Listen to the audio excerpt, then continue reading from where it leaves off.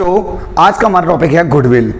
जैसा कि आप सब लोग जानते हैं, गुडविल के बिना पार्टनरशिप कंप्लीट नहीं हो सकती। तो यदि आपने गुडविल नहीं सीखा ढंग से तो पार्टनरशिप को कंप्लीट नहीं कर पाओगे और पूरी गुडविल के जितने भी चैप्टर, पूरे पार्टनरशिप के जितने भी चैप्टर हैं बिना गुडविल के कंप्लीट नहीं होंगे आपके। एडजस्टमेंट से लेकर पूरा रिटायरमेंट और डेथ, वहाँ पूरे दोनों चैप्टर पूरे गुडविल पर डिपेंड करते हैं। ठीक है, तो बच्चों लोग मैं आपसे फिर से कह रहा हूं कि मेरी इस वीडियो को ध्यान से देखें, समझें इसको और बिल्कुल ध्यान से अपना और नोट डाउन भी करते चाहें। सब में मैं पूरे फॉर्मूले के साथ आपको एक्सप्लेन करने वाला हूं, एक एक चीज़ समझाने वाला हूं। ध्यान से देखें और आपके 12th क्लास में एक आपको बहुत ज़्यादा काम आने वाला है। ठीक है बच्चों, तो आइए चलिए अपन अब सीखते हैं। बच्चों लोग मैंने जैसे कि बताया गुडविल को हिंदी में ख्याति कहते हैं। क्या बोलते हैं? ख्याति। Okay, goodwill is an intangible assets. Goodwill क्या है हमारी? गुडविल क्या है? Goodwill is an intangible assets. Okay, goodwill is intangible assets. बच्चों ये फिक्स्ड एसेट में आती है, फिक्स्ड एसेट्स में आती है। अब मैं यहां पर आपको एक चीज बताना चाहता हूं कि इनटेंजिबल का क्या अर्थ है। इनटेंजिबल तो फिक्स एसेट जो होती है वो दो तरह की होती है, टेंजिबल और इनटेंजिबल। ऐसी एसेट्स जिनको हम देख सकते हैं, छू सकते हैं, मूव कर सकते हैं, ऐसी एसेट्स को हम टेंजिबल एसेट्स बोलते हैं, like furniture, machine, building etcetera. लेकिन ऐसी एसेट्स जिनको हम देख नहीं सकते, छू नहीं सकते, लेकिन बिजनेस में वो हमारे लिए बड़ी यूजफुल होती हैं, ऐसी एसेट्स को हम इनटेंजिबल एसेट्स कहते हैं। मेरी बात समझ आई बच्चों? तो there are two types of fixed assets, tangible and intangible. Tangible assets are those assets which is touchable and move from one place to another. Is that clear? और intangible assets वो होती है which cannot seen and touch. Is that clear? Goodwill is our intangible assets. It shows in the asset side of the balance sheet. Is that clear बच्चों? तो एक बात समझ में आ गई आपको अच्छे से कि goodwill is our intangible assets. Goodwill हमारी क्या है? एक इंटेंजिबल एसेट्स है जिसे देख नहीं सकते, छू नहीं सकते। ठीक है बच्चों, अगर और इंटेंजिबल एसेट्स केवल गुडविल ही नहीं होती, इसके 2-3 एग्जांपल मैं और लिख रहा हूं ताकि आपको पेपर में अगर क्वेश्चन आता है तो आप उसको बता सकते हैं, लिख सकते हैं, उसका आंसर दे सकते हैं। तो यहां पर इनटेंजिबल एसेट्स केवल गुडविल ही नहीं होती, इनटेंजिबल एसेट्स हमारे पेटेंट्स भी होते हैं। पेटेंट्स हुए हमारे, है ना, और ट्रेडमार्क हुआ हमारा, ट्रेडमार्क हुआ हमारा, है ना, और पेटेंट, ट्रेडमार्क और goodwill is our intangible assets in the business. Is that clear? तो बच्चों ये वाली मेरी बात समझ में आ गई। अब मैं आपको समझा रहा हूं कि गुडविल को ट्रीटमेंट कैसे करते हैं। तो पहले मैं आपको सिखाऊंगा कि गुडविल कितने तरीकों से निकाली जा सकती है। ओके, देखिए ध्यान से। तो बच्चों आपने ये नोट डाउन कर लिया, आप इसको नोट डाउन कर लीजिए कि goodwill is an intangible assets. Okay, और ये किसके अंतर्गत आती है? फिक्स्ड एसेट में आती है। टेंजिबल एसेट्स कितने प्रकार की होती हैं? 3 प्रकार की होती है, जिसका एग्जांपल पहला गुडविल ही है, दूसरा एग्जांपल हमारा पेटेंट्स है और तीसरा एग्जांपल हमारा ट्रेडमार्क का है। अगर बच्चों मान लीजिए कई बार सीबीएसई के पेपरों में ये पूछा गया, right the example of goodwill, sorry right the example of tangible assets, तो वहाँ पर बच्चे कंफ्यूज आते हैं, गुडविल तो है ही, तो वहाँ पर बच्चों को आंसर देना है पेटेंट्स एंड ट्रेडमार्क का। तो टेंजिबल एसेट्स के जो यहाँ पर दिया हुआ है, इनटेंजिबल एसेट्स के, इनटेंजिबल, इज दैट क्लियर? मैंने बार बार बोला इनटेंजिबल। ओके बच्चों, ठीक है, तो इनटेंजिबल एसेट्स के एग्जांपल हो गए 3, गुडविल, पेटेंट्स एंड ट्रेडमार्क का। इज दैट क्लियर बच्चों? तो इसको मैं मिटाकर अब मैं आपको पूरा के पूरा समझा रहा हूं गुडविल कितने मेथड से निकाली जाती है। ओके, चलिए देखो ध्यान से। गुडविल निकाल के बच्चों 3 मेथड्स होते हैं। सीधे सीधे अपन बात करते हैं, कितने होते हैं? 3 मेथड्स होते हैं। ओके, पहला मेथड्स होता है हमारा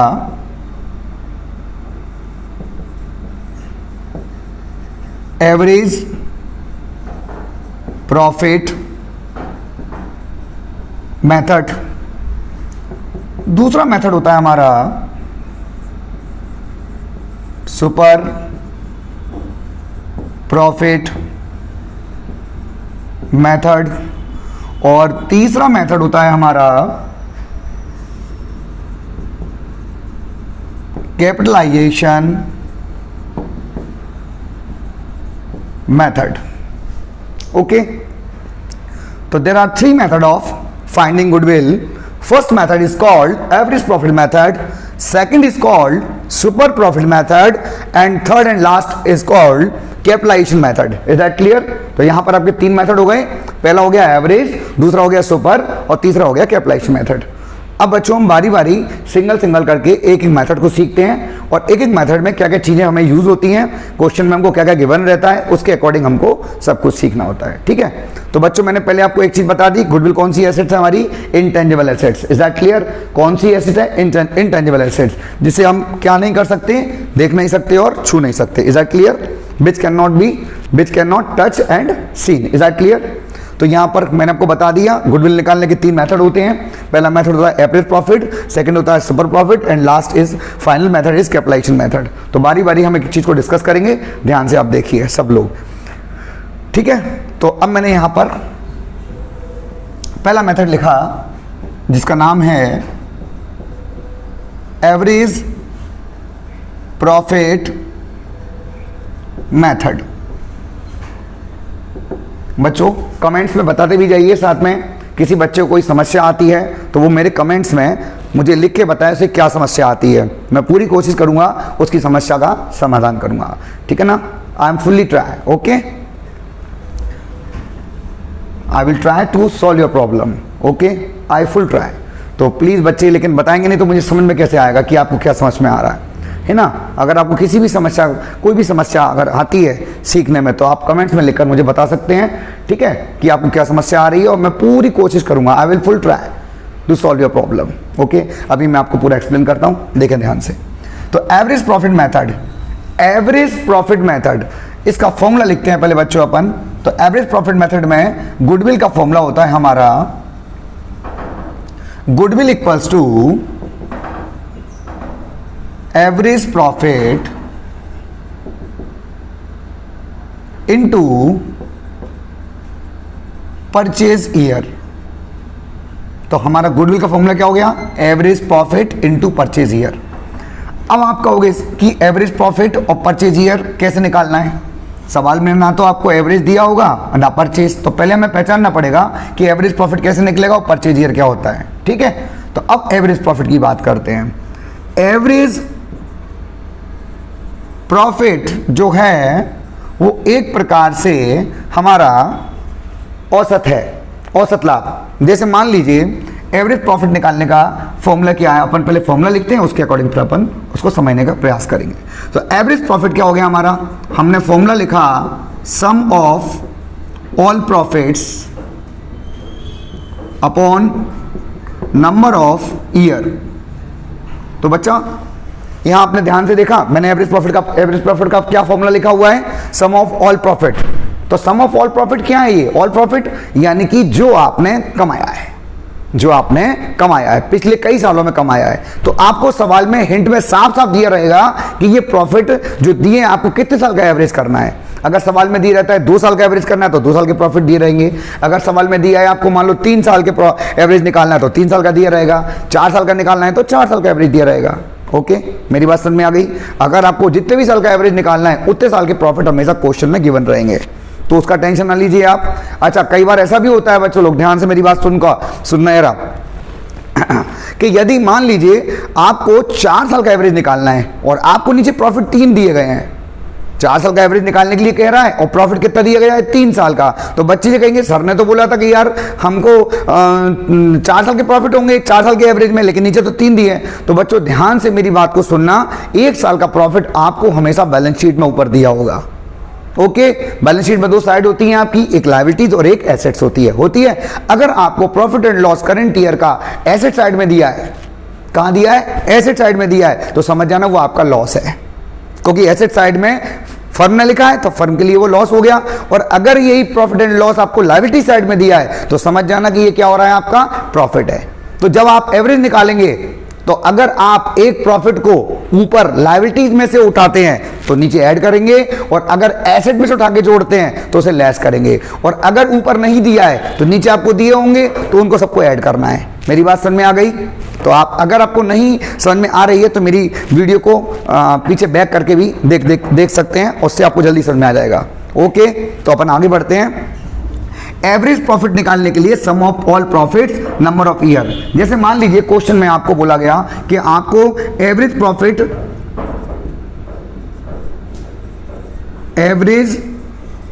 प्रॉफिट ऑफ 5 ईयर निकालना है मान लीजिए। तो आपको obviously first year, second year, third year, fourth year और फिफ्थ ईयर के प्रॉफिट दिए होंगे, और हो सकता है कि एक आध साल का लॉस भी दिया हो। तो अगर लॉस दिया है तो लेस कर देंगे उसको। तो जैसे मान लीजिए यहाँ पर 1000 रुपए दिए हुए हैं, इसके 2000 दिए हैं, इसमें आपको 3000 हो गए, इसमें आपको 4000 हो गए। ओके, मेरी बात समझ में आ गई? मान लीजिए फिफ्थ ईयर में आपको लॉस दिया है, कितना दिया है लॉस समझ लीजिए, आपको मान लीजिए लॉस आपका 2000 दिया है, ठीक है। तो अब आपसे कहा गया कि एवरेज निकालिए, तो आप क्या करेंगे यहाँ पर? अब देखिए ध्यान से, एवरेज निकालने के लिए शॉर्ट फॉर्म में एपी लिखेंगे। यहाँ पर हमने लिखा 1000 plus 2000 plus 3000 plus 4000 minus 2000। Is that clear? मेरी बात समझ में आ गई? तो अब ध्यान से देखिएगा सब लोग, ठीक है। अब एपी निकालना है, अपॉन में कितने साल का हम कैलकुलेशन कर रहे हैं? 5 ईयर का, तो हमने 5 लिखा। 1 और 2 3 और 3 6 और 4 कितना हो गया हमारा? 10। ओके, हमने 10,000 में से कितने लेस करने हैं? 2000 लेस करने हैं, और 5 का हमको डिवाइड करना है। तो हमारा 8000 आ गया। 8000 में 5 का डिवाइड किया तो हमारा 1600। इसका मतलब हमारा जो एपी निकला वो कितना निकला? 1600 निकला। मेरी बात समझ में आ गई? अब बात आती है नंबर 2। एपी हम समझ चुके हैं यहाँ पर बच्चों, ध्यान से। एपी निकालने के लिए क्या करना पड़ा हमको? एपी निकालने के लिए सवाल को ढंग से पढ़ेंगे और वहां पर हम देखेंगे कि एपी कितने साल का निकालना है, एवरेज प्रॉफिट कितने साल का निकालना है। अगर सवाल में 2 साल का दिया है तो वहां पर आपको 2 साल का प्रॉफिट दिया होगा, अगर 3 साल का दिया है तो 3 साल का प्रॉफिट दिया होगा। जैसे मैंने सवाल में देखा कि मुझे गुडविल निकालने के लिए एवरेज प्रॉफिट कितने साल का चाहिए? 5 साल का। तो मैंने यहाँ पर ध्यान से देखा कि 5 साल के प्रॉफिट दिए गए हैं क्या? मैंने देखा नीचे मेरे को 1 2 3 4 5 साल के प्रॉफिट एंड लॉस दिए गए थे, मैंने उन सब का एवरेज कर लिया है। तो एवरेज मेरा कितना आ गया? लगभग 1600 रुपए आ गया। इसका मतलब ये हुआ कि मैं लगभग प्रति वर्ष 1600 रुपए के अप्रॉक्स कमाता हूँ, ठीक है। मेरी बात समझ में आ गई? तो एवरेज प्रॉफिट मेरा 1600 रुपए आ गया, लेकिन मुझे निकालनी क्या है? गुडविल। गुडविल का फॉर्मूला मैंने क्या लिखा था? Average profit into purchase year. क्या लिखा था? Average profit into purchase year. मेरी बात को समझना ध्यान से। तो अब एवरेज प्रॉफिट तो मेरा आ गया, लेकिन अब ये परचेज ईयर क्या है? परचेज ईयर बच्चों, दोस्तों, मित्रों, जो भी इस वीडियो को देख रहे हैं, ध्यान से मेरी बात को सुनना कि एवरेज प्रॉफिट के बाद जो परचेज ईयर लिखा हुआ है फॉर्मूले के अंदर, परचेज ईयर आपको निकालना नहीं है। परचेज ईयर आपको क्वेश्चन में दिया रहेगा, साफ साफ लिखा होगा 2 year purchase, 3 year purchase, times में भी दे सकते हैं 2 टाइम्स 3 टाइम्स। साफ साफ वहां लिखा होगा कि गुडविल जो निकालनी है आपको, एवरेज प्रॉफिट ऑफ 5 ईयर है ना, उसका क्या करना होगा? 2 टाइम्स 3 टाइम्स 4 टाइम्स। तो ये ध्यान रखना कि परचेज ईयर जो होता है ना सवाल के अंदर, या तो वो 2 दिया होगा या 3 या 4, इनमें से कोई एक होगा, मोर देन 4 नहीं होगा और ना लेस देन 2 होगा। अप्रोक्स 2 3 और 4 तो दिया होगा 101%। तो अब आप गुडविल कैसे निकालेंगे? तो इसी फॉर्मूले के अकॉर्डिंग अब मैं काम करता हूं। यहां पर देखो ध्यान से बच्चों, तो गुडविल अपन कैसे निकालेंगे? अब गुडविल इक्वल्स टू एपी कितना निकला मेरा? 1600।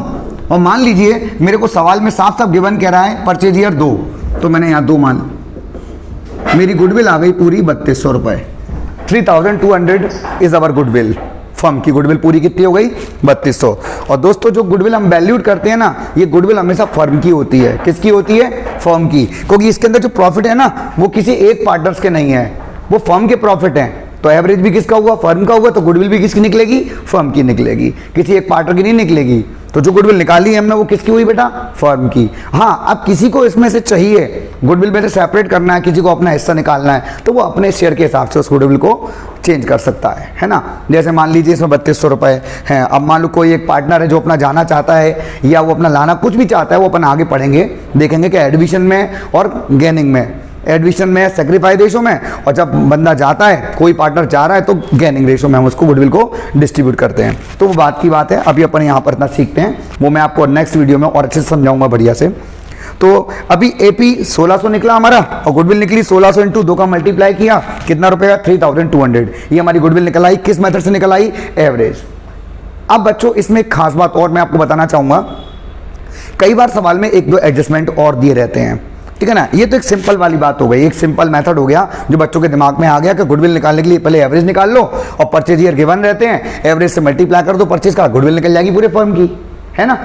बात समझ में आ गई। लेकिन बच्चों अगर सवाल में कोई एडजस्टमेंट दिया है रिम्यूनरेशन का, कोई भी रिम्यूनरेशन का दिया है, कोई भी सैलरी दिया है, जो ईयरली खर्चा किया है हमने, तो बच्चों ध्यान रखना उसको, आपको जो एपी निकलेगा ना, एवरेज निकलेगा, सुन रहे हो ना मेरी बात को ध्यान से, जो एपी निकलेगा उसमें से उसे लेस कर देंगे, ठीक है। जैसे मान लो इसी सवाल की बात करें अगर हम, इसी एक छोटे से जो मैंने आपको एक एग्जांपल करके दिखाया है, इसके अंदर मैंने एपी 1600 निकाला है, तो मैं आपको बताना चाहता हूं कि यहां पर जैसे एपी 1600 लिखा है और इसी सवाल में एडजस्टमेंट लिखा रहता, रिम्यूनरेशन दिया रहता मुझे करीबन 200 500 कुछ भी दिया होता, तो मैं इस 1600 में से वो 200 500 लेस कर देता, तब नेट एवरेज को अब मैं गुडविल के लिए अप्लाई करता। अगर मेरे पास कोई भी एडजस्टमेंट नहीं है तो कोई दिक्कत नहीं है। तो बच्चों मेरी बात समझ में आ गई। ये मेथड, आशा करता हूं कि आपको ये मेथड बहुत अच्छे से समझ में आ गया होगा, ठीक है।